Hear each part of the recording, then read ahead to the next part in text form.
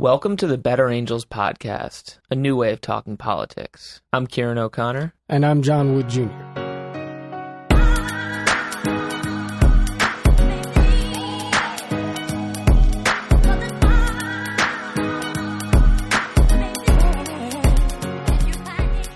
How you doing, John? I'm doing good, Ciaran. How are you? I'm good, man. I'm excited about today's conversation. Today we had on Julie Koler. We did. Julie is a senior vice president for the Democracy Alliance, which is a progressive donor network. She's a former academic. She has a PhD in family social science. And the reason that we had her on is because a couple of months ago, she wrote a piece in the Washington Post called How Calls to Love Your Enemies Enforce the Status Quo. Many of our listeners will have read it, I imagine. And if you haven't, you can check it out. Just Google Julie Koler Washington Post. And she mentioned Better Angels in the piece. She basically said, "Love politics has a genuine appeal. Who among us could possibly argue that American politics is working or is not suffused with vitriol? Who among us doesn't want love? But like love itself, love politics is complicated. When cleaved from deeper values like truth and justice, and from an honest historical reckoning, love falls short." Yeah, well, she has a certain understanding, or had a certain understanding of the limits of what she called love politics. And from our vantage point, I think we feel that in order to quote, love your enemy or to empathize with your political opponent, you do not have to relinquish your deeply held political convictions. And that, quite to the contrary, if you're going to be an effective advocate of the things that you believe in, it's important for us to create the space for genuine understanding, because otherwise we're not conversing with each other or reasoning our way towards a healthy democratic society.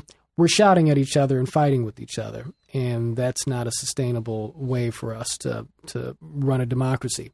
Indeed. And so we get into all of these dynamics, but let's just suffice it to say that Julie Koler was a great person to talk to, absolutely coming from a good faith perspective, and she hit us with some compelling points. And this was Better Angels meta. It was us doing exactly what we do with Better Angels, and I hope you enjoy the conversation. So without further ado, we give you Julie Koler. Hey, Julie, how you doing today? Hi, I'm doing well, thanks. Glad to hear it, and we're very excited to have you on. Now, this conversation that we're going to have here was precipitated by an article that you wrote for the Washington Post entitled How Calls to Love Your Enemies Enforce the Status Quo. And wanted to talk a bit about that article because, first of all, I think it was a piece that made some comments and some observations and some criticism of a few different parties, including Better Angels and Arthur Brooks, the former president of the American Enterprise Institute, who's the author of Love Your Enemies, who's also been on this podcast, and Joe Biden for another. But I think the piece made a lot of critiques that resonated with a lot of people and gave us some things that we wanted to talk about. Including some of our members. Of course. Oh, interesting. Mm-hmm, yeah. And so I looked at that as a constructive opportunity for us to sort of dig a little bit deeper into the idea of sort of, what does it mean to love your enemies in a political context? What are the potential pitfalls of that? How do we respond to these critiques? And more broadly speaking, just sort of what is the depolarization movement really about? But before we get into the meat of that, I thought it would be great to hear from you a little bit, Julie, just sort of what your larger kind of, political background is. What is your current work focus on, and how did you get to the station that you're at right now? Yeah, sure. So my background is I started my career in academia and taught at the University of Maryland for a couple of years. I'm trained as a family social scientist, so kind of an interdisciplinary field where I really focused on domestic social policy issues affecting children and families. And I pivoted. I actually decided to leave academia despite really loving teaching and research for the opportunity to work in philanthropy, where I've spent the better part of my career. So I've worked for foundations. I worked at the Knight Foundation, which is headquartered in Miami. I ran some pooled kind of funding initiatives out of a organization in New York, all really designed to strengthen democracy, to strengthen individuals' voice in democracy. I supported a lot of work around community organizing, around better education, better public schools. So how to bring parent and student voice into that process. And then since 2010, I've worked at an organization called the Democracy Alliance. And the Democracy Alliance is a kind of a network of progressive donors. So we are left-leaning. We are unabashedly progressive in our orientation. Sure. But the goal of our work is really to invest in organizations. So it's not candidates, but it's what are kind of the infrastructure organizations that help both strengthen democracy and build a more progressive future.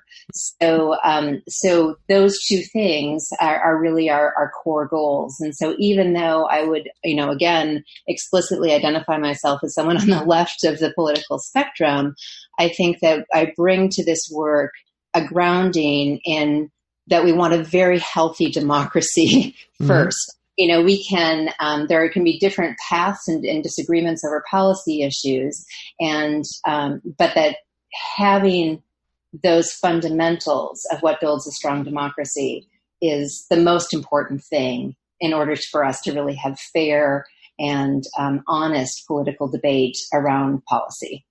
And so you were a student. So you mentioned that in your early, in your earlier educational phase, that you studied in family therapy and social science. Did I hear that correctly? Yeah. My program was called Family Social Science. Right.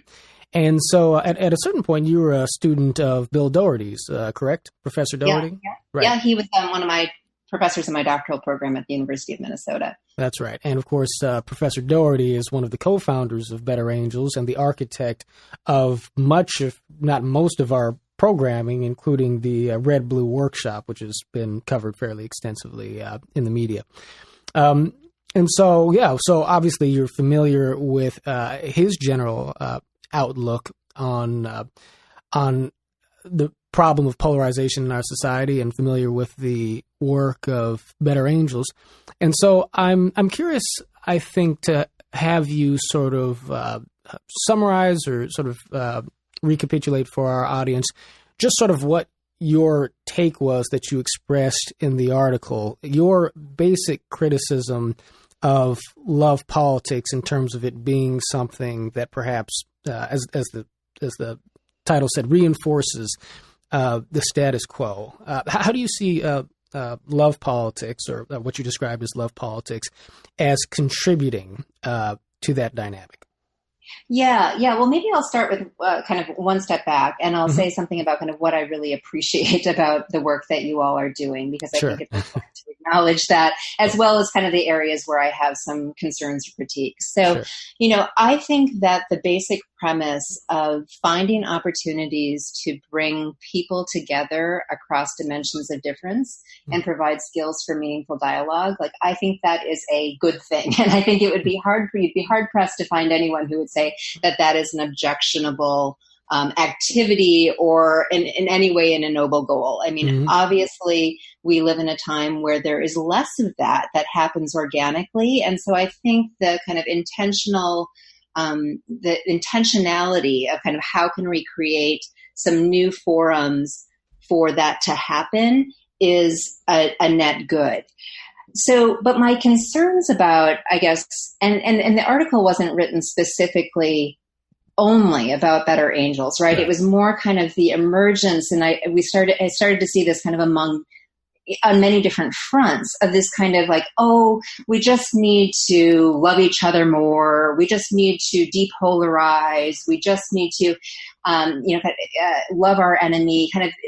We were starting to hear these themes from a number of sources, including kind of Joe Biden's entrance into the Democratic field in the presidential campaign, including some of the rhetoric in your organization, including Arthur Brooks's recent book. And my concern about that, and there's kind of multiple points that I raised in the article, but I think the largest one is that it's it's sort of politics in the passive voice, that it's, the United States is disuniting, and that is the problem. And if we can just bring people together, we're going to solve all of our political differences. And I really feel that obscures to a certain extent some of these larger structural inequities. Mm-hmm. And I also think that it is, as someone who's been really avidly following women in politics and shifts in women's voting patterns over the last few years, I've particularly been writing a lot about white women and some of the voting shifts that we have been seeing post 2016, and really exploring and trying to delve into whether we're at this kind of moment of a new political alignment. But I do think that, I'm sorry, well, no worries. It's okay. We can always just run that back. Okay, that would be great. Good Lord, there's no way to, since I'm connected on my computer, there's no way to... I was going to say, that's not just sitting on your desk, I think. No. Oh, that's painful. All right, let's see if we can... Good Lord. Now there's no box to stop. Okay, sorry about that. So where should I go back to? We can go back to right where you were saying alignment, if you want to start that sentence again. Alignment. What was I saying? Well, I think you were talking about, you had been studying white women. Are we in a moment of new political realignment? Yeah. Sure. So one of the things I've been looking at a lot in the last couple of years is whether we're at this moment of kind of a new political realignment in this country. And I think that, certainly we have seen women are really an animating force in politics post 2016 through their activism, through the women's marches, through the, kind of their turnout at the polls, and a shift in some voting behavior. And so another thing that I thought just kind of was rubbing me the wrong way, or that I was concerned about, is that this kind of counter movement to de-escalate, to let's calm down, it's okay, let's work this out. There feels like there's some subtle paternalism at this cultural moment when women are pretty mad and for lots of justifiable reasons. And so I think that there has to be some attention. And I did listen to your the really wonderful conversation that you had, Ciaran, with Ezra Klein. And he made this point in your conversation, some real critical analysis, I guess, of, is it the stakes of politics that are so concerning right now, or is it how polarized our country is over politics right now? I think it's probably some of both, but I think the emphasis on we just need to depolarize is somewhat, it negates the really valid reasons that people are scared, they're angry, and they're using that righteous anger to advance an agenda for justice. And so my concern is that if we divorce the conversation about polarization and depolarization from these fundamental issues about justice, I think it rings hollow. And so those were some of the points that I was really trying to highlight in the piece. Interesting. Well, that was a very helpful summation and definitely clarifying for me. One thing I think I'm hearing in that, and I think you actually also hear this from the right a little bit, is that sometimes there's a concern or a fear that a politics of love can sort of preclude the righteous expression of anger or vigorous debate, or that it's sort of inherently pushing centrist compromise or trying to get people to arrive at this sort of milquetoast middle that kind of elides, as you said, these historical inequities and very real gripes that people have on both sides, but particularly from your perspective on the left. One thing I think we try to do at Better Angels is make clear that we're really not trying to avoid partisanship. We sort of presuppose polarity. That's very much our approach in the red-blue workshops and our red-blue rule, at all levels of leadership. And so I just wonder, do you think that a politics of love makes it harder to have good faith competitive debate that allows for expressions of anger in a constructive way.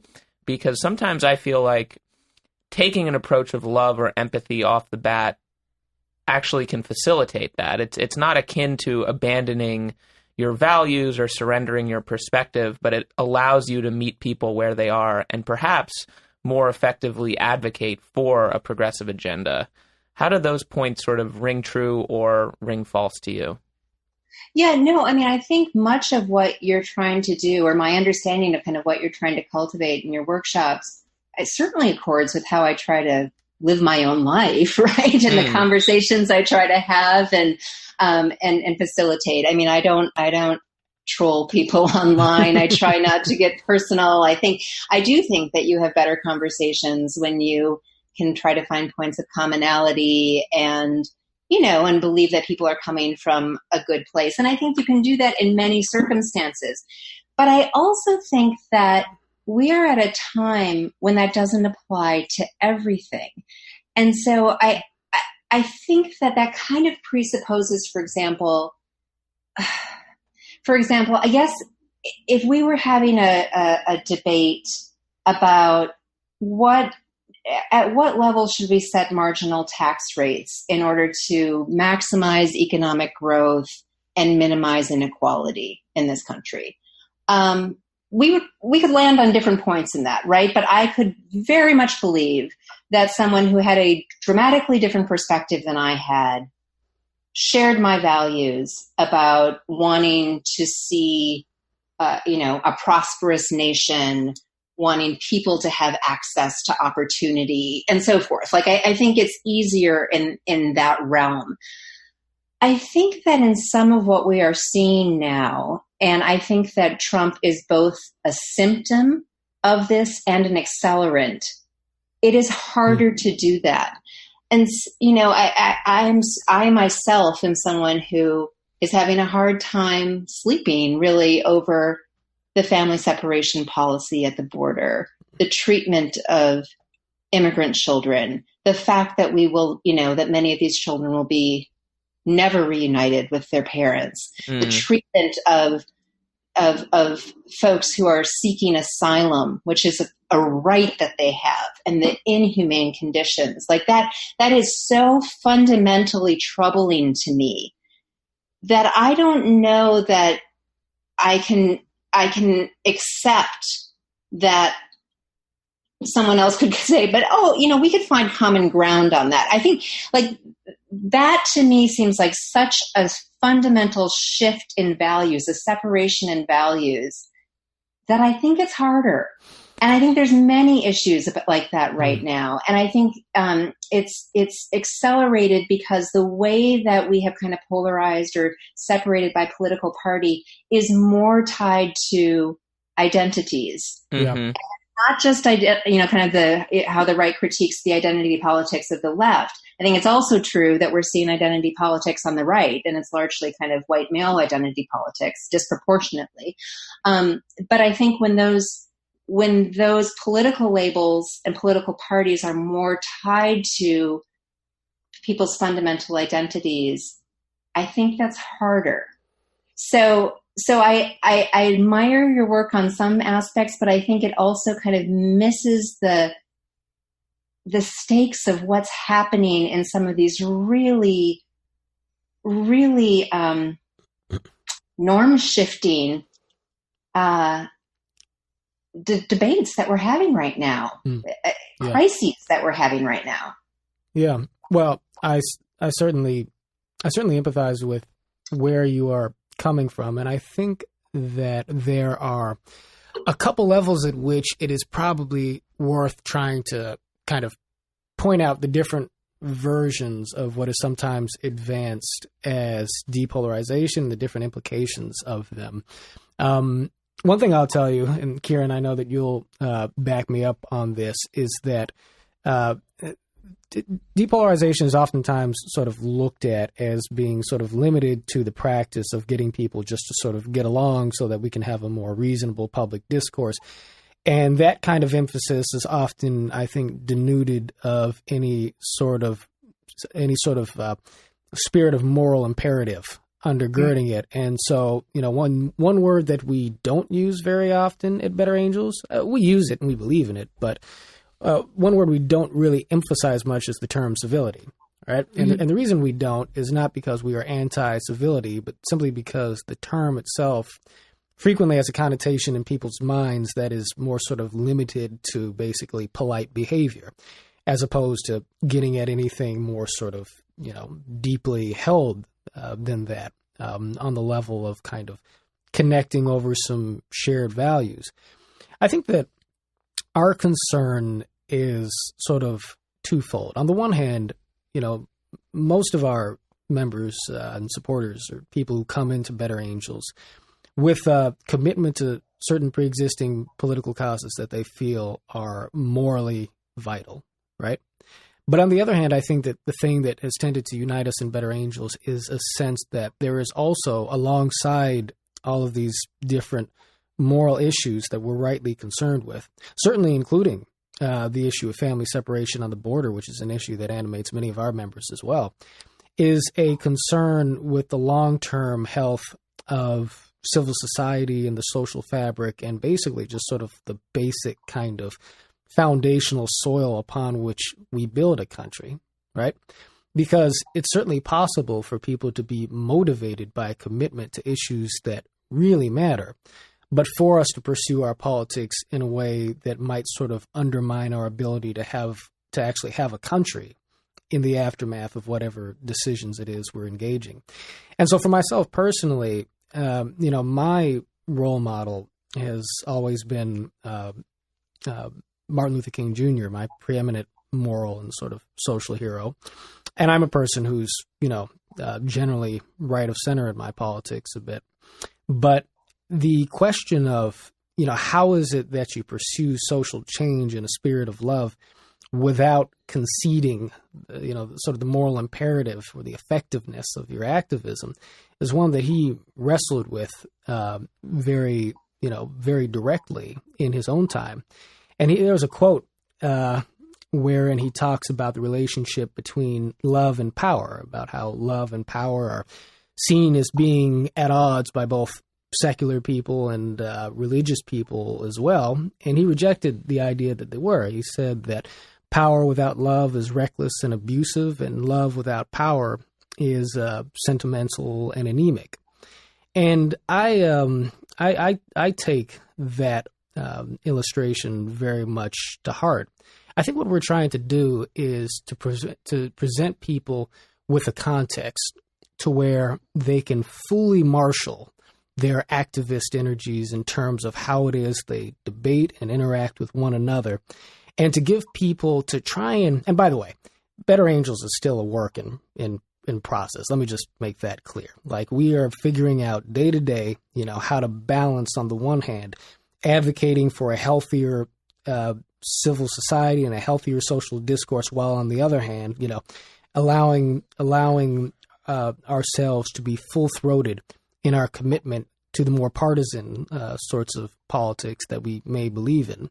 But what Better Angels is seeking to do is to create a context wherein we can not dilute these energies, but to channel them into a productive discourse that is vigorous, that is even combative, but that ultimately allows us to build something of a stronger kind of social web, social bonds between people. Because I think that both of those things are imperative, and whether you have a focus on depolarization or not, I think that I would like to think that we could agree on the idea that, on the one hand, we have to advocate for individual issues that are of tremendous moral concern to us, but we also have to pay some attention to the broader health of our society, because it is possible for us to descend into violence and division. And we've seen this in this country's past before, and we've seen people pushing us in this direction, even today. So I guess my question is, do you see that dichotomy as well? And do you have a particular way in which you approach it? The sort of competing imperatives of, on the one hand, advocating for your partisan point of view, but on the other hand, actively seeking to maintain the health of broader broader society? Or do you think that it's sort of important to emphasize one well and above the other? No, I think the health of the civil society has to come first. I think that my analysis is different from yours in terms of what's a threat to it right now. So I'm concerned that increasingly we're seeing a conservative movement and a Republican Party really embrace many an anti-democratic policy, a real anti-democratic policy agenda. And that preceded Trump. So the assault on voting rights, the creation of the myth of voter fraud, which is not fact-based, right? And we're seeing this continually, right? I mean, we just saw in Florida in the last election, Amendment 4, which restored voting rights to previously incarcerated individuals, passed by ballot measure with 65% of the vote. So that garnered wide support, including by many Republicans, right? Like what election wins 65? What candidate wins with 65% of the vote in Florida, right? Like they're always narrow, these razor thin margins in Florida. And so we saw something that people really got behind. The idea that anyone, once they have paid their debt to society, and the amendment, excluded certain violent, people who had committed violent offenses, but people that had paid their time and had the opportunity to participate fully in civic life. And the Republican legislature and Governor DeSantis then enacted legislation this last session that basically imposed additional fines and fees, that anyone kind of coming out of prison would have to pay all fines and fees associated with their sentence before they could have their voting rights restored. It was a blatant attempt to prevent full access to the ballot box, and with many kind of really, disturbing kind of analogies to the poll taxes of yesteryear. And so I think when you have one party that is using these kind of anti-democracy agenda, in order to maintain their political power, that I think that is more detrimental to a robust civil society than, me not being able to sit down with my uncle. That's hypothetical. I actually did sit down with my uncle. But an individual not being able to have a sane conversation, or without escalating with their neighbor or whatever. Right. So I think we have to look at these structural attacks on democratic institutions, and it actually, as a progressive, it gives me no joy to see that there's not common ground with conservatives on those. To me, those should not be controversial. We should all want everyone to have access to the ballot box in this country. Every eligible voter should be able to vote. We should be making voting easier. And the fact that these are routinely blocked by Republican majorities at the state level, at the federal level, I think is really a disturbing development. And it's not just on voting rights, right? We see it on gerrymandering, and even then with the recent Supreme Court decision that the federal courts are not even a place anymore where you can appeal partisan gerrymandering decisions. And that was a decision that was a 5-4 majority ruling, with the conservative justices, ruling again, deciding that case. And so I think that there has to be an examination, an analysis that looks at those institutions and structures and how they have been weakened, not just under Donald Trump, where I think that's certainly been accelerated, but for a long time, this has kind of been the mode of the Republican Party to narrow the electorate to those that will vote for you, and draw boundaries to preserve your power. And I don't think that, I mean, can you find examples of where Democrats have abused power? Yes, but it has not been as systemic or widespread. I mean, the New Jersey state legislature tried to do some gerrymandering that would have advantaged Democrats, and they were widely, they had to back away from that plan because it was widely panned. It was not, in general, kind of the message that Democrats are sending right now is that we want fair districts. We want fair and competitive elections. Right. We want to be able to win on ideas. And if we can't win on ideas, then there's something wrong with our ideas, right? I mean, so those should be things that we see bipartisan cooperation on. And that's more what disturbs me than some of these more individual level, I guess, threats to civil society. What I would say is I think both of them disturb me as a progressive and someone who's concerned about breakdown of civil society, breakdown in families. And I think that's one of the issues that we see in this conversation sometimes is the difference between political polarization, between politicians, between parties, between interest groups, and individual Americans rather. And I think that's something that I got into a little bit with Ezra Klein. Because what I'm hearing a little bit is that, sitting down with your uncle or sitting down with your father or your colleague or whatever, that there's somehow this opportunity cost of doing that maybe the hour you spend sitting down with your uncle is an hour that you could have spent out in the streets. For me, I think it's more of a both and rather than an either or.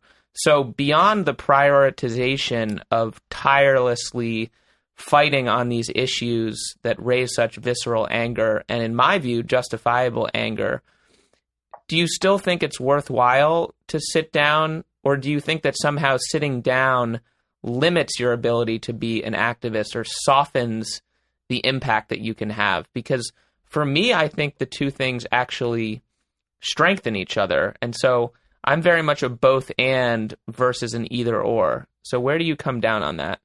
Yeah, I mean, I think I find it kind of a false dichotomy because, as I said, I think I certainly try to take that approach in living my life. And so, yeah, I think, of course, it's a both and.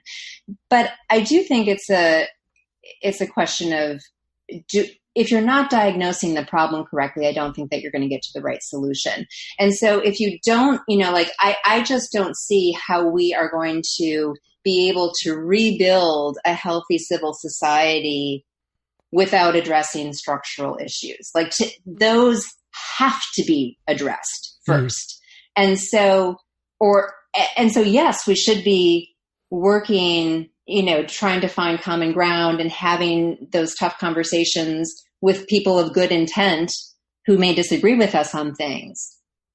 But we have to be able to, get some broader agreement. And we can't have, I just think it is very bad for American democracy to have one party that's increasingly adopting an anti-democracy agenda. That is not good. And so we have to get to those things in order to really have impact at scale. So, yeah, I think... Well, just to quickly follow up on that, can we as progressives do everything we can to defeat the GOP at the ballot box while practicing a politics of compassion and empathy toward those we interact with every day on the ground, in our work, in our families, and in our communities? Yes, I would hope so in most circumstances. Here's again where I think it gets a little tricky. Look, do I go to birthday parties with my son's classmates whose father's a Republican lobbyist? Of course, of course I do. Of course I think they're good parents and lovely people. And, of course we need to be doing that. I also don't usually use, a preschooler's birthday party to be the forum where I'm going to be delving into some of the issues that might divide us, right? So I think that there are ways that we can, build a healthy community and kind of interact in ways that where we have points of commonality, know that there are going to be points of division, but they don't have to be at the forefront of every interaction that we have. Mm.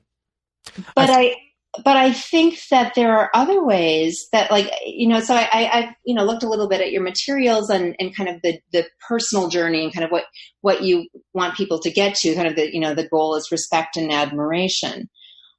And I'm not sure that always works.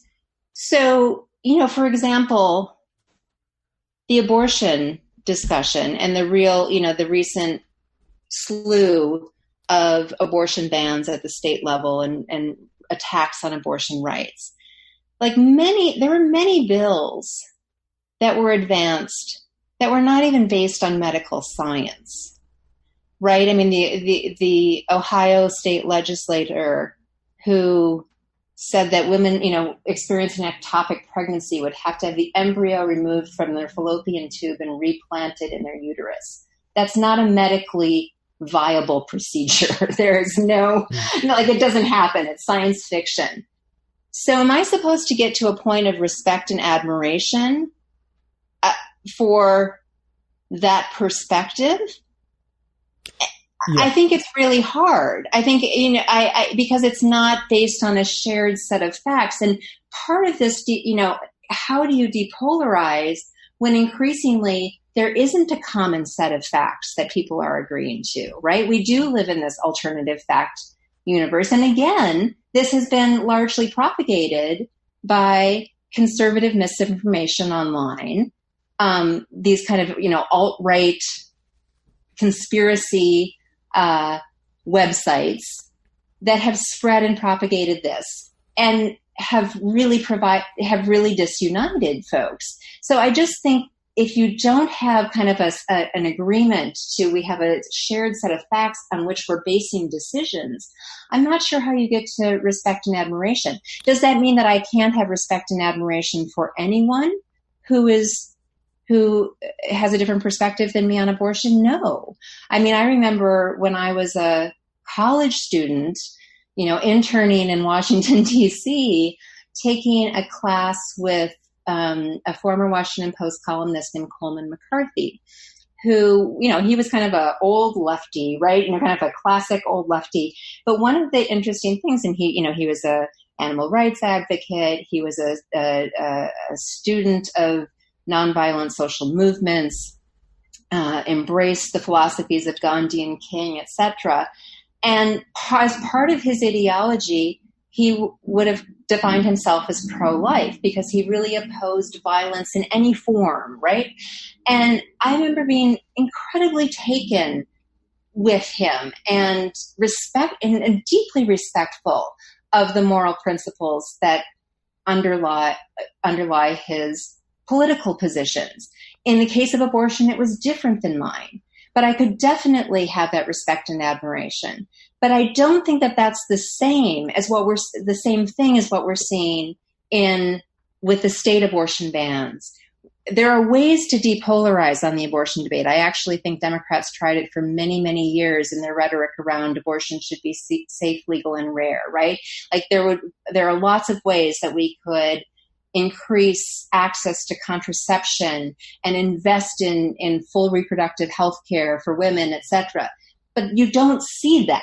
Where we're seeing these abortion bans, there are also attacks on contraception. There are also these other. So I'm not sure how you get to respect and admiration if, one, you're dealing with different facts that aren't necessarily even grounded in medical science, and second, if it's such a value difference there that I'm not sure there is a shared sense. There are shared values to kind of unite you on that. Yeah, I certainly understand the point that you're making with respect to the limits of respect and admiration when applied not merely to individuals in whom you can see humanity and qualities that you may like or hold in high esteem, but to take it a step further and apply that to actual issues which you feel are not founded in facts or perhaps just morally unjustifiable. But I think it's actually important to take this topic back to where you were discussing some minutes ago, which is on the question of how is it we can depolarize America without engaging the structural problems which, in your analysis, have led to the breakdown or accelerating the breakdown of our civil society, owing largely to the efforts of the GOP or President Trump. And I would suggest that, or it's my feeling that, one, I agree with you on the importance of us being able to find common ground, and I agree that we've experienced this tremendous division, and I would suggest that polarization itself is actually sort of the preeminent structural issue, which is perhaps preventing us from being able to at least open the window of opportunity to arrive at the areas of common ground that might be available to us if our political culture and environment were not such that we went into these conversations, not just as individuals, but as broader scale political parties and movements and groups across our country with something of a pre-programmed disposition that assumes that the other side is my enemy in some level that's more fundamental than their just being political opponents on one issue or another. And of course, it's much easier for us to get to that place when, as you pointed out, the differences that exist between us are not mere matters of policy analysis, but are reflections of the implications of the differences in our identities, deeply held values, etc. But the reason I wanted to look at polarization as sort of a structural issue in and of itself is because, one, it takes it beyond just the relationship between, say, you and your uncle, or me and Ciaran, or, any one or two groups of people.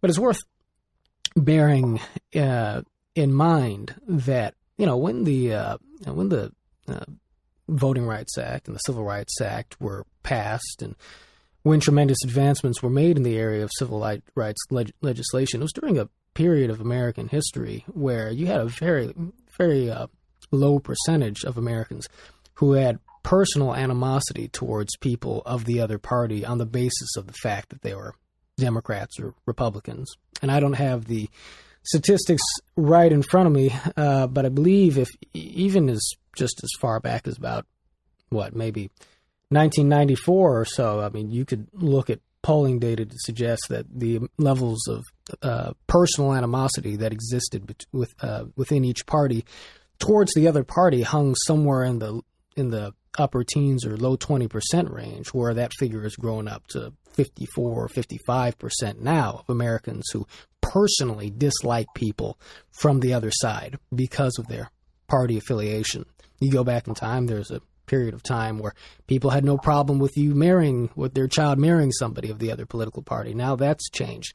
And the reason I make the point is because that doesn't just have implications for our personal relationships, that has implications for the framing of national conversations, which are then used to advance narratives, whether from Democrats or Republicans, or to their media allies, to constituencies that are based in stories that are pejorative, that are ad hominem, that are demonizing, and yes, perhaps untethered from a factual basis in many instances, because the thing that is motivating our opposition to one another is tribal animosity, rather than a commitment to sort of an objective sort of analysis of whatever the problem is. So if you look at a thing like immigration, for instance, I mean, it's certainly the case that, you can argue that the Republican Party is trying to sort of, close the doors to people coming into this country and exercising their potential to be able to pursue the American dream as immigrants have done across the course of this country's history, because Republicans have a political interest in limiting the size and the diversity of the electorate. If you skip over to the right and listen to the narrative on that side of the aisle, it's going to sound something along the lines of, well, Democrats, by reinterpreting the Constitution away from its original intention, by disregarding the interests of poor people who already live in this country and live in this nation's inner cities, who are already overcrowded and underperforming public schools, and who are already having to compete for low-wage jobs, etc., the Democrats are artificially bringing in, or in contravention of the law, inviting in more people to come into the country, not because they're concerned with the interests of Americans who are already here, but because they're trying to artificially expand their electorate over time so as to politically empower themselves, regardless of what it is the Constitution may say. And I don't articulate both of these narratives to put myself on one side or the other of it. What I'm saying is that when the assumption going into a conversation is that the people who believe this thing believe it because, whether, they're on the left and they disdain Americans in this country, or they disdain our Constitution, they disdain our progress, and people, or they disdain our processes and the rule of law.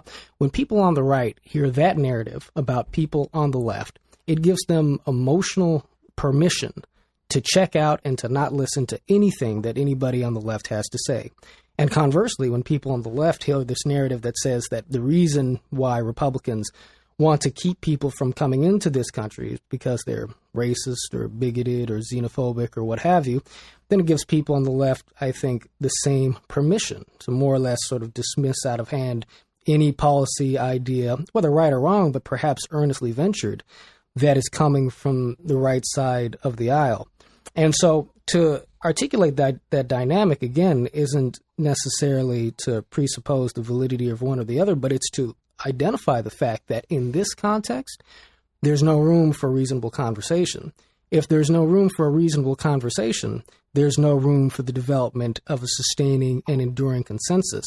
And yet you need, I think, some degree of genuine bipartisan consensus in order to enable the sorts of significant reforms, whether it's on not just immigration, but whether the issue is potentially gun violence or the debt and the deficit, or certainly for an existential issue like climate change.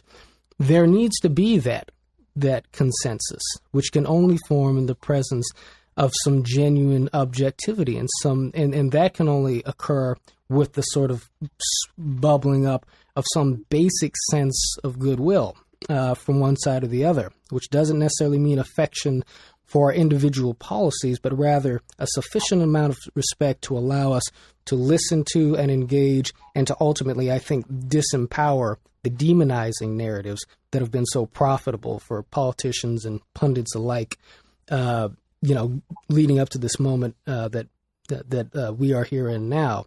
And so I offer you that analysis to ask if you might not see some sense in the idea of actually looking at polarization as itself being an existential structural problem that we need to confront so as to disempower the narratives that keep fact-based arguments from being able to be received empathetically on whatever side you may be on. Do you have a sense? Does that seem like something that, does the idea of polarization as a structural problem have any basis in truth for you? Yes, some. Yes, I mean, have political parties changed and over the years? Absolutely. And I mean, Ciaran, you got into this conversation with Ezra in your interview as well. I mean, we've certainly had the blurring of the lines kind of mid 20th century, right? And that you still had many of the kind of Dixiecrat Southern Democrats as part of the Democratic coalition at that time, and the Northern moderate Republicans. And so, we don't, with the parties kind of not having those, that they certainly have become more distinct. So there's an element of, is there a structural difference in how our political parties in the United States are oriented now than they were a generation ago? Absolutely. Is that the biggest problem? I'm not sure. And I think the other thing that I worry about in it's all polarization is I do think it feeds a bit of a false equivalence narrative that the Democrats are moving to the left and the Republicans are moving to the right. And again, it's not equivalent.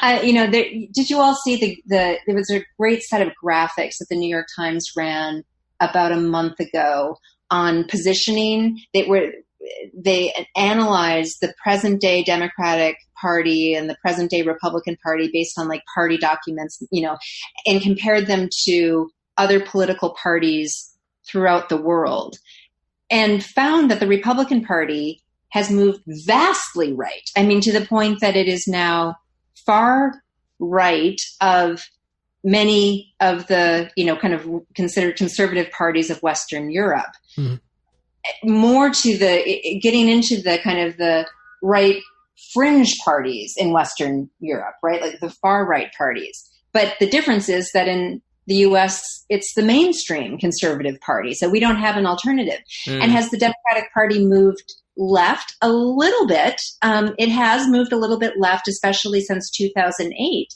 But what you had in kind of from, around that time was you basically had a middle of the road party in the Democrats and a far right party.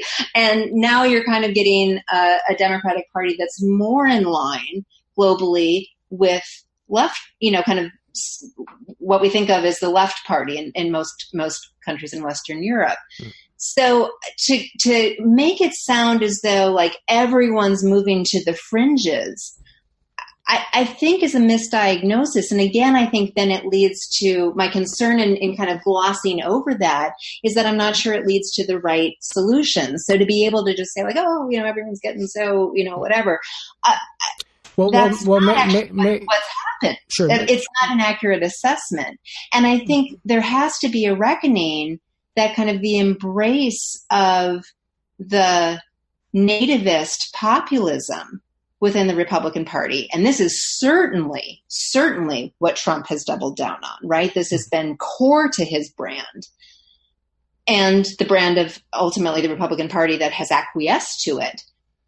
Like that is extremely concerning to me and is different than just sort of, we're moving more conservative and we're moving more liberal. So that I think is an additional dimension that has to be part of the analysis before you can start to figure out what the solutions are. Sure. Well, may I interject just a quick nuance, because I think that there's a couple different ways to understand polarization here. When I say polarization, it certainly could and may be the case that, from my vantage point at least, that each party is sort of moving in a more ideologically pure direction, although I certainly understand arguments that will say that, well, one party is moving much more quickly to one end than the other party is moving to the other. But part of what I mean in polarization is attitudinal. That is to say that it is with respect to the degree of animosity that we have towards people on the other side, sort of irrespective of however much one person or one group or the other group may have moved ideologically in the same, at a given moment. And the reason I make that distinction is because it goes right back to this question of how do we ultimately establish the dialogue that leads to consensus, that leads to our having the wherewithal to solve these fundamental structural issues that you and I are concerned with. When you mentioned the fact that the New York Times had an analysis that showed that while the Democratic Party has not moved terribly dramatically to the left, the Republican Party has moved far out to the right. Well, I certainly would be, I have not seen that graphic, but I totally believe that it exists, and I would be very interested in seeing it and analyzing it and rendering sort of my point of view on it. The problem with the conversation right now is that you would have many people on the right who, as soon as you said New York Times, would check out because the assumption would be, well, by definition, this is an unobjective liberal mouthpiece and spewing fake news, and therefore I don't have to listen to them. And I certainly know that there are people on the left who would look at a report that it is, but right? Part of the problem. But I was just going to say there are certainly people on the left who would look at an analysis that came from the Heritage Foundation and regard it with a similar point of view. And so I do think that that's the fundamental problem right there, because there's no basis for the objective exchange of information. Not that any of us can ever really be fully objective. I'm not, naive about that.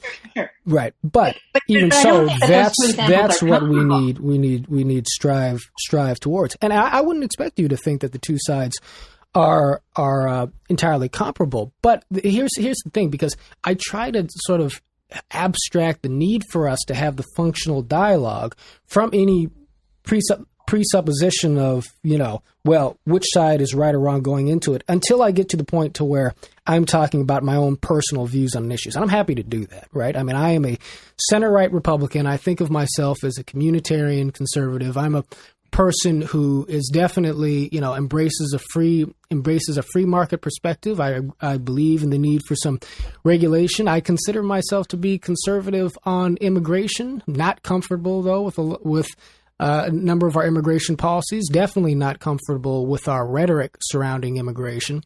And I think of myself as largely conservative, but I deviate in a number of different ways.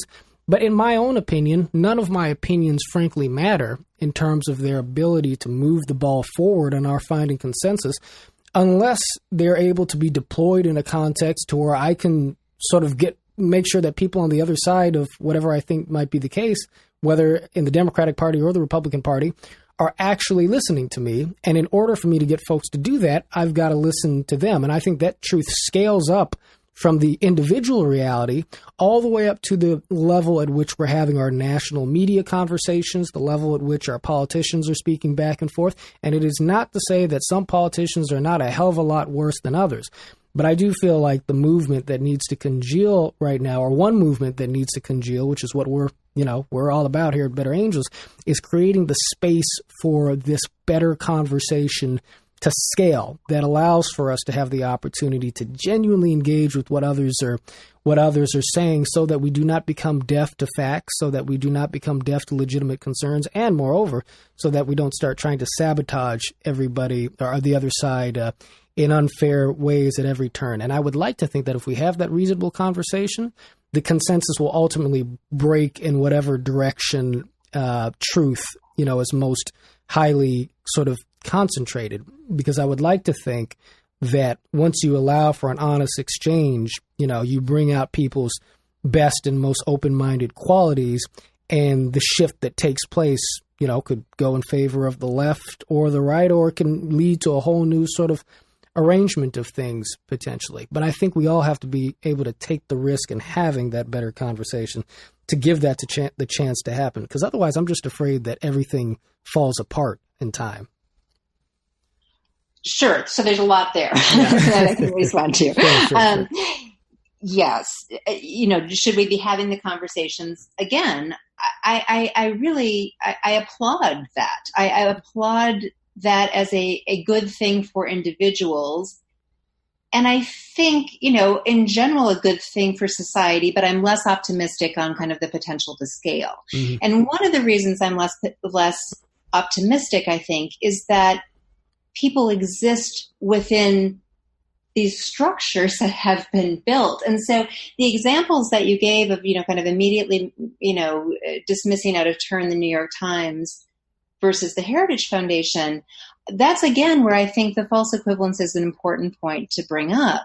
I'm happy to read and do routinely read the Wall Street Journal as an incredibly good source of respected objective journalism. Like they are one of the best papers in the country, preeminent newspapers in terms of objective news coverage. I would read the Wall Street Journal alongside the New York Times and the Washington Post. I think they all have a commitment to journalistic ethics and standards that is kind of top notch. So the Heritage Foundation, I would put on the level of reading a report from the Center for American Progress. Like, there are good, serious scholars at the Heritage Foundation who are smart, but they are conservative leaning, just as there are really smart scholars at the Center for American Progress that are left leaning. And so there's an ideological bent to their analysis, which is different. Sure. Similarly, kind of with the op-ed pages of the major newspapers, etc. But we've gotten to a point where, what is it in that Knight Foundation Gallup poll, where 40% of Republicans think that dismiss unfair media coverage or critical media coverage of President Trump as fake news, even when it's accurate. Mm-hmm. Like we have there has been such an attack on the centrality of a free press as a core democratic institution that I don't think that you can skip over that through interpersonal dialogue. Like unless we rebuild some of that there's a news media that has journalistic standards, and that is different than an alt-right website, or it is different than a conservative or progressive leaning think tank. Like if we're not able to make those distinctions, then I don't know if we can get to the point where we can, kind of overcome these differences, because again, we're just not dealing with the same reality. So looking forward, accepting that polarization to date has been asymmetrical, and thinking beyond doing everything we can to defeat the opposite party at the ballot box, what do you think we should do as individuals, community members, and citizens to advance the cause of progress and depolarization? Well, that's a great question. So, look, I think that we need to be rebuilding democratic institutions and democratic spaces across the board. And so I think that there is incredible value in getting involved, right? And even at the local level, and in many cases, it is easier to overcome depolarization at the local level when you're talking about, something very concrete, and it isn't necessarily it doesn't kind of tear people apart in the same way that some of these bigger, seemingly more existential issues will. So I think that there's real value in that. And, I don't know how we're going to kind of get to the point of finding new kind of independent civic spaces. So, here's again where I'm really sympathetic to your work and the analysis that you have. Undoubtedly kind of another change in civil societies, that we don't have as many of those neutral places where people come together naturally, that we naturally congregate and develop kind of a shared affinity or a shared identity.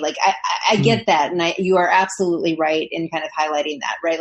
The fact that we're a more secular society, and so people aren't coming, they're not necessarily all going to church or, places of religious worship, and having that kind of be a community bonding point, or there aren't some of the civic clubs that used to exist, and those aren't kind of providing that social glue. I have concern over that, and I don't know kind of what the next iteration of that is going to be. But that kind of Putnam analysis, I think we have to be working to try to find ways to rebuild that. What I wonder about, and I guess I'd be curious to hear more about, I know that some of your workshops have then spurred kind of folks taking action and going beyond kind of this dialogue and really figuring out ways to work together.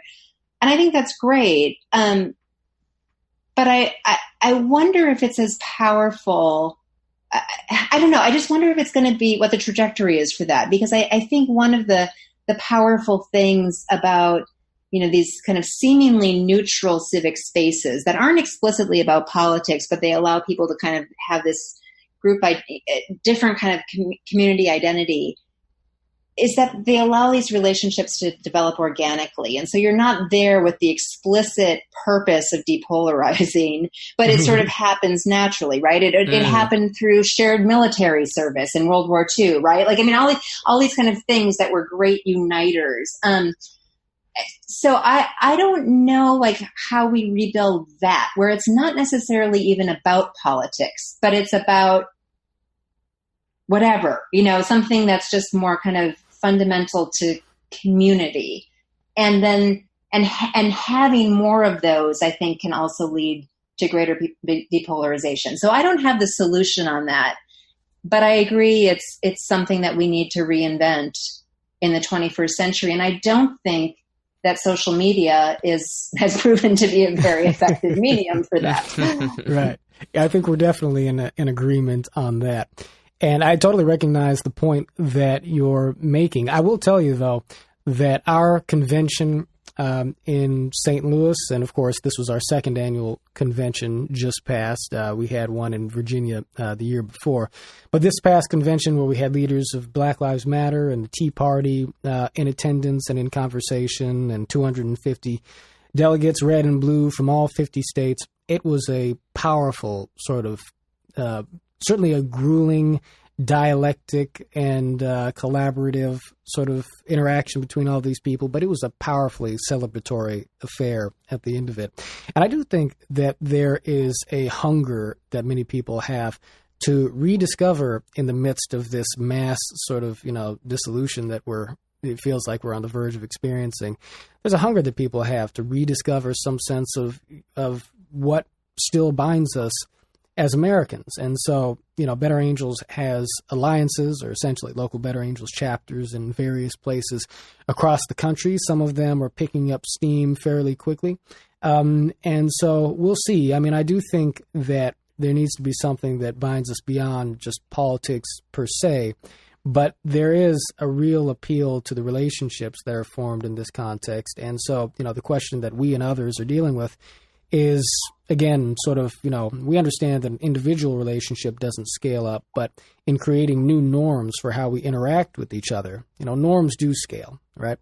Or at least we've seen norms scale in the past. And so the question is, can we do so in this instance? Can we begin to scale a new norm in terms of how we treat each other and how we look at each other as Americans, certainly without sacrificing our ability to effectively advocate for the things that we believe in the political marketplace, but quite to the contrary, doing so in a way that allows us to be more effective advocates for the change we want to see, both in terms of how we argue, but also in terms of setting an environment wherein we can give each other the respectful audience, or at least the open-minded audience, that you've been so gracious to give us in this conversation, that I hope we've been gracious in hearing from you in the same way as well. And so I'm very pleased to have you on the line with us, Julie, and just wanted to express how grateful we are as an organization that you cared enough to criticize us, even. In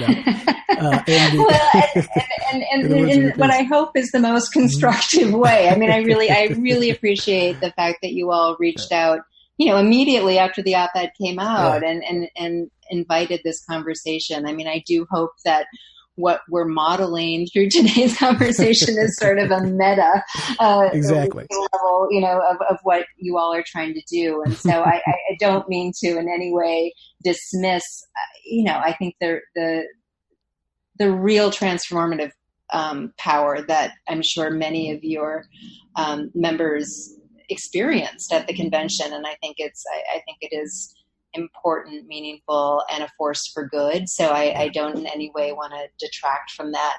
I think what I'm really, and what the op-ed was really trying to get at, is this, kind of an existential question that I'm struggling with on whether or not depolarization is possible as you increase justice and inclusivity in a society, right, and have an increasingly heterogeneous society. So I just don't know. I don't know of any kind of historical analog where we've seen that. And if you do, I would love to hear about it. But I think it is it's kind of like we're in unprecedented territory here. And so I'm glad that there are all hands on deck and we're trying some different things, because I think we have some shared goals. So we might employ different strategies to getting there, but, I wish you all the best in your work. Cool. Thank you. Yes, it's definitely a tall mountain to climb. The headwinds are stiff, but we think we have a bit of wind at our sails. So we'll see where this thing goes. And let's keep in touch. We really appreciate your willingness to come on, and I think we can all continue this conversation. And so with that, we will sign out. Julie Koler, ladies and gentlemen, thanks again. Thanks.